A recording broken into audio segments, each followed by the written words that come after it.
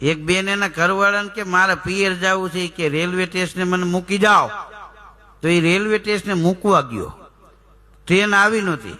હા, બે ઊભા હતા. હવે પુરુષ માટે કફરો સમય એ કહેવાય કે એક તો એની પત્ની જાતી હોય એ હરખને દબાવવો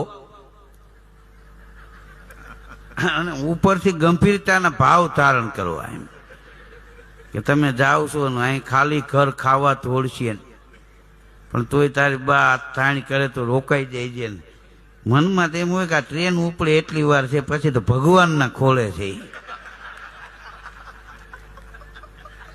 હા, એની ઘરવાળી એને કે તું તારા પિયર જા તો તને કેવો અહેસાસ થાય, તો કે આપણે ભલે 50-60 વર્ષના રહ્યા, પણ અમારા પિયર જાય એટલે અમે 18-20 વર્ષના હોય એવો અહેસાસ થાય.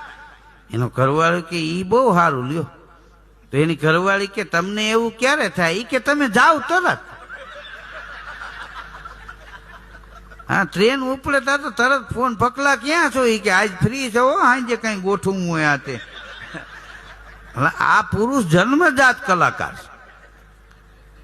હા, પુરુષ વંકો પાઘડી નેણાવંતી નાર, એવી જોડી જેને મળે એને થઈ જાય બેડો પાર. નર નારી એક મતા, એને સ્વર્ગ પરમાઈ સતા. હા, અત્યારે દાંપત્ય જીવનની ભાવના ઓછી થતી જાય છે. હા.